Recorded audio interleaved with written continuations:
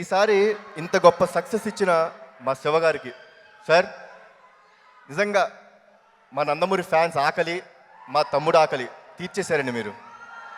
ఎన్ని సంవత్సరాల నుంచి వెయిట్ చేస్తున్నారో నాకు తెలుసు. ప్రతి సినిమాకి ఇదే ఆశ. ఫ్యాన్స్ ఎప్పుడు ఆనందపడతారు.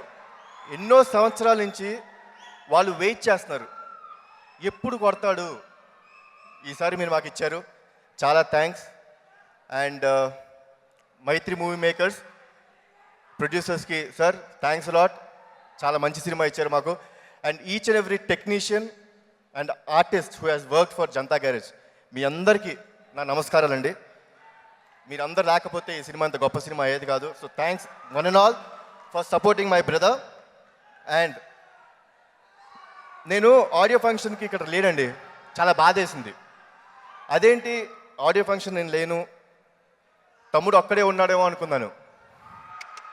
నేను లేకపోతే ఏముంది, మీరందరూ ఉన్నారుగా ఆ రోజు. నేను ఉన్నా లేకపోయినా నా తమ్ముడిని పువ్వుల్లో పెట్టుకొని చూస్తారు మీరు, అది నాకు తెలుసు. సో మీ అందరికీ వన్స్ అగైన్ థ్యాంక్స్ అలాట్.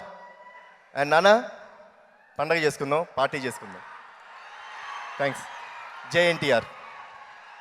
ఎందుకు ఇదంతా చేస్తున్నావు? ఏంటి నీ ప్లాన్? ఆ ఇంటి గురించి ఏం తెలుసుకోకుండానే వచ్చారా? రూబీ అని అమ్మాయి ఉండేది, హీరోయిన్ అవ్వాలని ముంబై వచ్చింది. చేతిలో బంగారం పెట్టుకుని పిచ్చోడ్లో మాట్లాడుతున్నాం. ఎవరు అసలు మేడం వీడు? నా మేనేజర్. మీ ఆవిడికి దెయ్యం పట్టిందా హా?